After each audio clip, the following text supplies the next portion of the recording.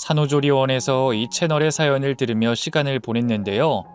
다들 하나같이 힘들고 기구한 인생을 사셨던 것 같더라고요. 저는 기구한 삶까지는 아니어도 힘든 경험이 조금 있는 사람이에요. 저를 힘들게 한 건 시댁 식구들인데요. 얼마나 힘든 상황이었는지 몇 자 적어보도록 할게요. 끝에 믿을 수 없는 반전이 나올 것이니 꼭 제 이야기 끝까지 들어주세요. 남편과 저는 대학교 때 만난 캠퍼스 연인이었어요. 신입생 때 저와 군대를 다녀와 복학한 남편은 조별학습을 통해 친해지게 됐는데 그 과정에서 자주 어울리다 보니 자연스레 연인이 됐답니다. 여느 연인처럼 아주 다정하고 친근하게 잘 지냈고 저희의 만남은 대학 졸업 후 취업을 하고 나서도 쭉 이어졌어요. 저나 그이나 한 번도 이별을 생각해 본 적이 없었답니다. 둘이 그만큼 잘 통하고 서로에게 없어서는 안 될 존재라는 걸 잘 알고 있었기 때문이죠. 그렇다고 매일 불타는 사랑만 한 건 아니었어요. 싸우고 화해하고 삐치고 사과하고를 반복하며 미운 정도 많이 들었답니다. 그렇게 남편 나이 34이 되고 제 나이 32이 되자 어느 정도 회사에서 자리를 잡은 것 같았어요. 저희 두 사람은 계획했던 결혼을 그제야 하기로 했죠.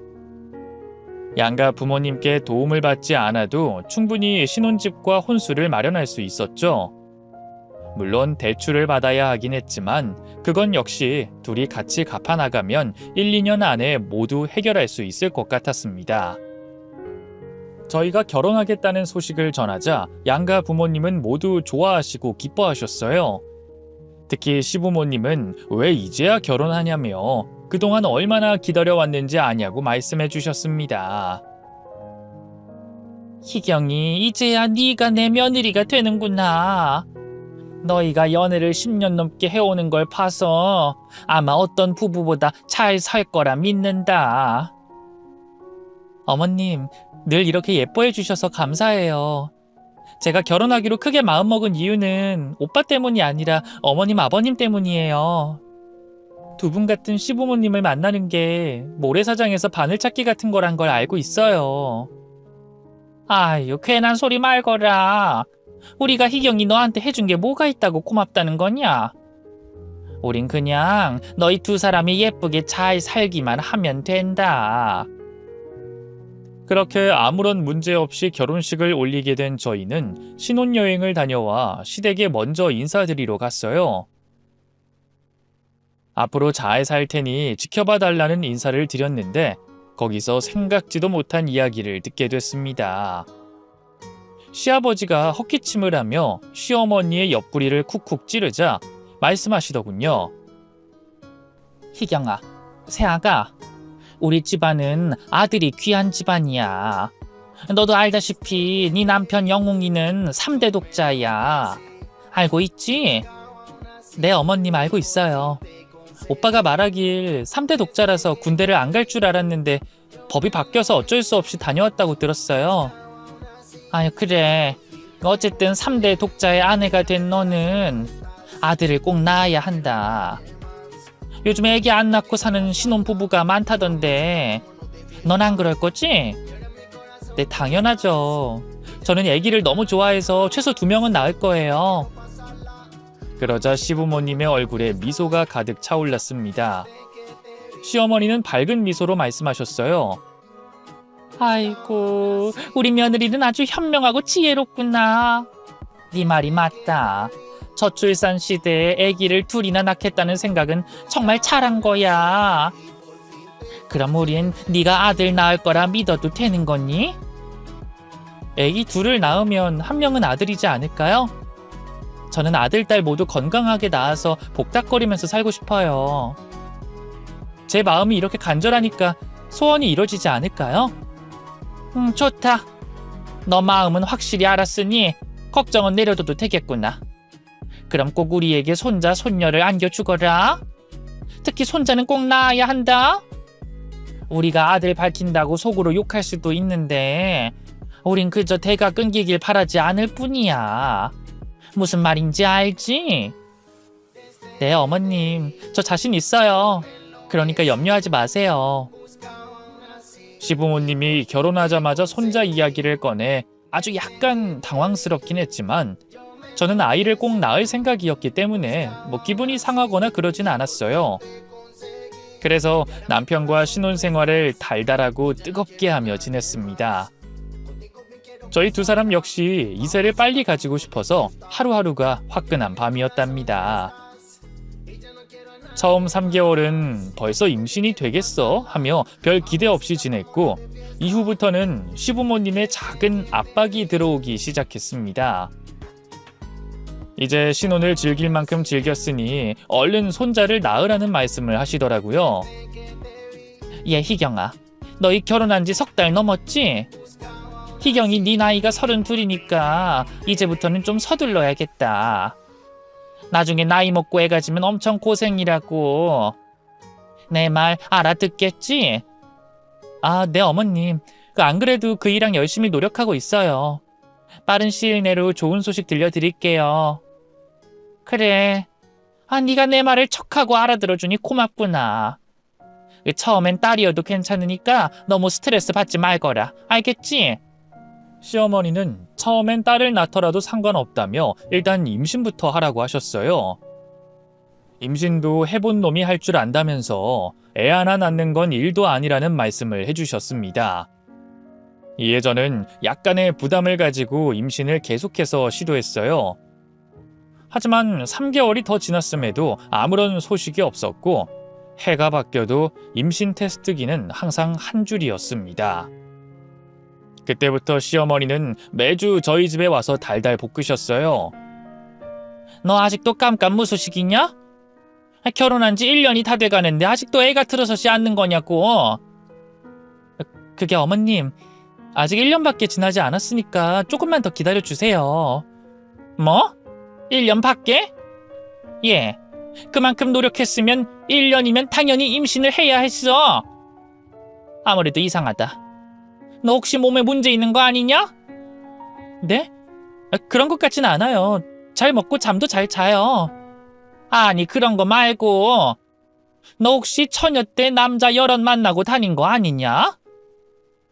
시어머니는 제가 많은 남자들과 잠자리를 해서 몸에 하자가 있는 게 아니냐는 말을 돌려서 하시더군요. 저는 손사래를 치며 대학 때부터 지금까지 남편 외엔 다른 남자를 만나본 적이 없다고 설명했습니다. 그랬더니 시어머니는 이렇게 대답하셨습니다. 내가 네 말을 모두 믿어야 하는진 모르겠지만 그렇다곤 믿어주마. 그럼 너 말이야, 산부인과 가서 검사 한번 받아봐라. 임신에 적합한 몸인지 아닌지 확인해보라고. 검사요? 성급한 거 아닐까요? 저나 오빠나 아직 젊고 결혼한 지 얼마 되지 않았으니까 조금 기다려주시면 안 될까요? 세아가, 기다리려고 해도 확실히 알고 넘어가는 게 좋겠구나. 너 내가 검사 받으랬다고 서운하게 생각 말아라. 요즘은 시어머니들이 며느리한테 처녀 검사까지 가져오라고 한다더라. 나는 최소한 그런 건 안 하잖니. 네 몸이 임신이 가능한지만 알아오라는 거잖아. 알겠어요. 그럼 오빠랑 같이 가서 검사 받고 올게요. 내 아들을 검사시키겠다고? 예, 내 아들은 아주 완벽한 애야. 내가 아들내미 임신한 뒤부터는 몸에 좋은 것들만 먹었어. 게다가 성장기에는 항상 유기농만 먹였다고. 그래도 혹시라도 모르니까 같이 가서 받아볼게요, 어머님. 저희 두 사람 모두 아무 이상은 없을 테니까 너무 염려하지 마세요. 시어머니는 자신의 아들이 임신검사를 받게 한다고 하자 표정이 심하게 일그러지셨어요. 마치 모든 문제는 저에게 있으니 저만 검사받으면 된다는 듯이 여기고 있었답니다. 여하튼 저는 혼자 임신검사하러 갈 생각이 없어 토요일에 남편을 데리고 병원에 가서 임신 가능 여부 검사를 받게 됐답니다. 일주일 뒤에 검사 결과가 나왔는데 만족스럽지 못한 소견을 듣게 됐어요. 저와 남편 둘 다 자연 임신이 조금 어려울 거라고 의사 선생님이 말씀하셨죠. 조금 더 시도해보고 안 되면 인공수정이나 시험관 아기에 도전해보라고 권유까지 하셨답니다. 저희 부부는 충격을 받고 집으로 돌아왔고 어떻게 해야 할지 바로 결정하지 못하고 며칠 뒤 시부모님과 친정 부모님을 한자리에 모셨습니다. 양가 부모님의 의견을 동시에 듣고 판단하는 게 좋을 것 같기 때문이죠. 저희 부모님은 인공수정이 웬 말이냐며 저희 두 사람이 몸 관리 잘하고 건강해져서 자연 임신을 하는 게 좋겠다고 말씀하셨습니다. 희경아, 의사가 아무리 인공수정을 권유했다고 해도 그렇게 따를 필요 없다. 몸은 충분히 건강해질 수 있으니까 몇 년 보약도 먹고 최고 상태일 때 아기를 갖도록 해. 괜히 급하게 마음 먹지 말거라. 사돈, 제 말에 동의하시죠? 엄마의 의견을 들은 시어머니는 혀를 차며 대답하더군요. 참나. 이봐요 사돈. 보약 좀 찌어 먹는다고 몸이 달라집니까? 의사 선생님이 인공수정을 권유한 건 다 이유가 있어서 그런 거예요. 그리고 나이 더 먹고 임신하려면 몇 배는 더 힘들어집니다. 그때 가선 인공수정도 잘 안 될 거란 말입니다. 사돈, 아무리 손자를 갖고 싶어도 이제 겨우 결혼한 지 1년 된 애들한테 너무 큰 부담 주는 거 아닌가요? 그리고 막말로 애기 없이 사는 부부도 많은데 꼭 그렇게 억지로 애기를 낳아야 하는 겁니까? 어머머머, 사돈 말하는 거 진짜 웃기네. 우리 아들이 3대 독자라는 걸 모르세요? 우리 김씨 가문의 대가 끊기면 안 된다고요. 조상님들한테 벌 받을 거라고요. 요즘 세상에 그런 걸 믿는 사람도 있나요? 요새 대가 끊기는 걸 걱정하는 사람이 어딨어요? 괜히 저희 딸과 사위 힘들게 하지 맙시다. 인공수정 그거 엄청난 스트레스라고요. 난 우리 딸 그렇게 힘들게 만들고 싶지 않다고요. 양가 부모님의 대화는 팽배했고 양보가 없었습니다. 저와 남편 생각도 각자 집안 부모님의 뜻과 같았어요. 저는 아기 없이 살거나 나중에 몸이 건강해지면 자연 임신을 하는 걸 원했고 남편은 시부모님의 의견에 따라 인공수정을 시도해보자고 하더군요. 그렇게 양가 식구들의 의견이 달라서 오랜 시간을 말싸움했는데 결국엔 제가 두 손을 들어버렸습니다. 지금 안 한다고 해봤자 매일같이 찾아와서 괴롭힐 시어머니를 생각하니 차라리 여기서 동의하기로 하고 병원에 다니며 인공수정을 해서라도 아이를 낳는 게 낫겠다 싶었죠. 그래야만 시부모님의 따가운 잔소리도 피할 수 있고 남편과도 갈등 없이 계속 같이 살 수 있을 것 같았으니까요. 친정 부모님이 반대를 하셨지만 저는 시댁 식구들의 의견대로 하겠다고 결론을 냈습니다. 그래서 병원에 예약하고 지정된 날에 가서 검사를 받고 인공수정을 시도했어요. 6개월 동안 2차례 시도해봤지만 모두 실패했죠. 그래서 이번엔 시험관 아기를 도전하기로 했답니다. 이건 역시 까다로운 조건과 시간이 필요하긴 했지만 성공률이 있을 거라 해서 기대를 했어요. 하지만 시험관 아기든 인공수정이든 모두 저희 부부에게는 통하지 않았습니다. 1년 6개월 동안 많은 걸 시도했지만 모두 실패로 끝나고 말았죠. 이 소식을 전해들은 친정 부모님은 왜 자신들의 말을 듣지 않았냐고 하셨어요. 억지로 임신을 하려고 한다고 해서 다 되는 게 아니라고 했는데 왜 괜히 스트레스 받아가며 그런 짓을 했냐고 하셨죠. 한편 시부모님은 모든 실패의 원인을 저에게 돌렸어요. 저는 시어머니를 아주 잘 알고 있다고 생각했는데 그동안 제가 알고 있던 어머님의 모습은 더는 보이지 않았어요. 조선시대에서나 보일 듯한 시어머니 같았습니다. 임신 실패로 인한 원인을 이렇게 말했습니다. 야, 네가 몸 관리를 어떻게 해서 이러는 거야? 왜 인공수정도 안 되고 시험관도 실패하냐고? 이건 네 몸이 정상이 아니라는 소리야. 어지간해선 의학의 도움으로 임신한다는데 넌 아무것도 안 되잖아. 이건 내 아들의 잘못이 하나도 없어. 씨가 문제가 아니라 밭이 잘못된 거라고. 햇빛 하나 들지 않는 곳에 좋은 씨를 암만 뿌려댄다고 뭐가 생기겠니? 어머님, 어떻게 그런 말씀을... 임신이 안 되는 이유 중 하나가 오빠의 정자수가 현저히 적어서 그렇다고 했어요. 야, 정자가 적어도 있긴 있잖아. 밭이 좋으면 벌써 애를 낳고도 남았을 거란 소리야. 넌 몸의 원리도 모르니? 너 솔직히 말해봐라. 밭에다 얼마나 많은 놈의 씨를 받아낸 거니? 네가 아무 놈의 씨를 받아내서 네 몸이 똥밭이 된 것 같다. 이게 내 결론이야. 말도 안 되는 말씀이세요. 세상에 그런 억지가 어딨어요, 어머님. 이게 어디서 큰 소리야? 오냐 예뻐해줬더니 지가 진짜로 내 딸인 줄 아나 보네. 야, 난 네 시어머니야. 예의 똑바로 지켜. 그리고 너희들 시험관 시도 마지막으로 한 번 더 해서 안 되면 그때 갈라서라. 우린 손자 못 낳는 애를 계속 며느리로 둘 수 없다. 시어머니는 조선시대에서나 들을 법한 막말을 실컷 쏟아내시더라고요. 이때 남편은 가만히 듣고만 있더군요. 연애 때처럼 제 편을 들어주던 사람은 더는 보이지 않았답니다. 그래서 실망을 크게 해서 그이에게 한 소리 했답니다. 당신은 내가 어머님한테 그런 막말 듣고 있는데 가만히 보고만 있더라? 어떻게 그럴 수가 있어? 그야 엄마가 흥분했으니까 그런 거지. 그리고 엄마 말에 신빙성이 있는 것 같던데. 여보, 솔직히 말해봐. 나랑 연애하는 동안 바람 피우고 그랬어? 다 용서하고 이해해 줄 테니까 솔직히 말해봐봐. 이 인간이 정말 쳐 돌았나? 야, 산부인과에서 하는 말 못 들었어? 임신이 안 되는 이유는 우리 둘 다 문제가 있다고 했어. 그런 논리라면 당신도 나 몰래 바람 피운 거잖아. 남자랑 여자랑 같니? 솔직히 말해봐봐. 어? 이런 나쁜 놈. 당신은 지금 하지 말아야 할 소리를 하고 말았어. 저는 남편의 뺨에 손을 올리며 분노를 표출했습니다. 저를 걸레 취급한 것도 화가 났고 시어머니 말만 듣고 판단하는 남편이 죽도록 미웠답니다. 낙이 몇 대 날렸더니 그제야 정신을 차렸는지 저에게 미안하다 사과를 하더군요.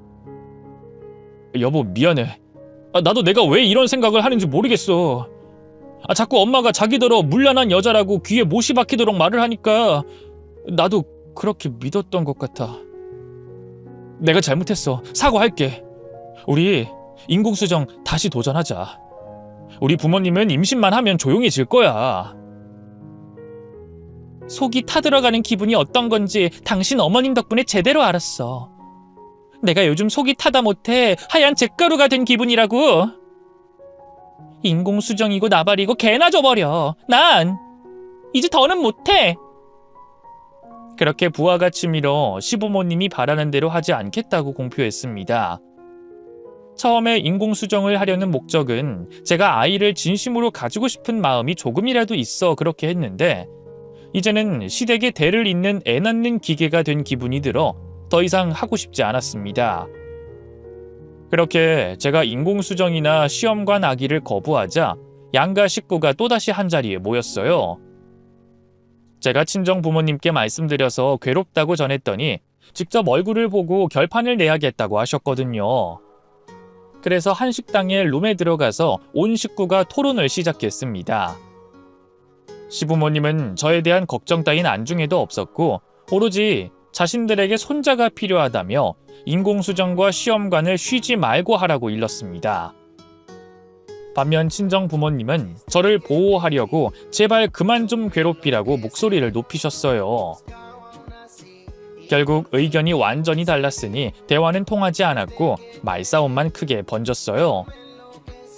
시어머니는 저희 엄마와 말싸움을 실컷 하다가 마지막 경고를 하더군요.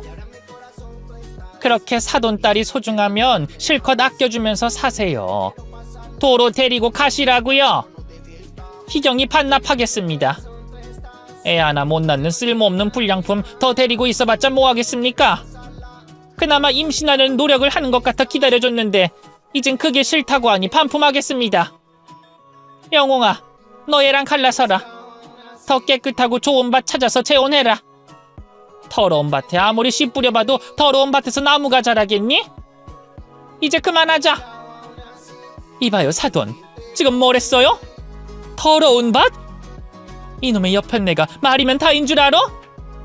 대가들의 씨가 낡아 빠진 거라고는 생각 안 해봤냐? 씨가 좋으면 어느 밭에서든 잘 자란다고, 이 멍청한 년아. 뭐가 어째? 너 이년 오늘 퇴졌어. 애들 이혼은 당연한 거고, 니년 주둥아리 내가 확 찢어버리고 쫓아내겠어. 누가 할 소리? 난 니년 주둥아리 찢고 혓바닥 뽑아서 줄넘기까지 하고 말겠어. 이리 와, 덤비라고. 엄마와 시어머니는 서로 머리채를 잡고 힘싸움을 하셨고, 아빠와 시아버지가 이를 억지로 뜯어 말렸답니다. 저희는 양가 부모님이 한자리에 모여 토론을 하면 잘 해결되고, 제가 인공수정이든 시험관 시도든 다 해방될 줄 알았는데 완전히 아사리판이 됐답니다. 결국 양가 부모님은 서로에게 잊지 못할 쌍욕을 남겨주고 떠났고, 저와 남편이 둘만 남았습니다. 저는 그이에게 그만하자는 말을 낮은 목소리로 꺼냈습니다. 여보, 우리 그만하자. 이혼하는 게 여러 사람을 위해서 좋을 것 같다. 어머님 말씀대로 밭 좋은 여자 만나봐. 여보, 희경아, 진짜 이혼하자고? 그러지 말고 이 난관을 함께 헤쳐나갈 생각을 하자. 헤쳐나갈 길이 없잖아, 이 멍청아. 당신이 주장 확실하고 똑 부러진 사람이면 내가 시어머니한테 이렇게까지 휘둘렸겠어? 지금 상황을 봐.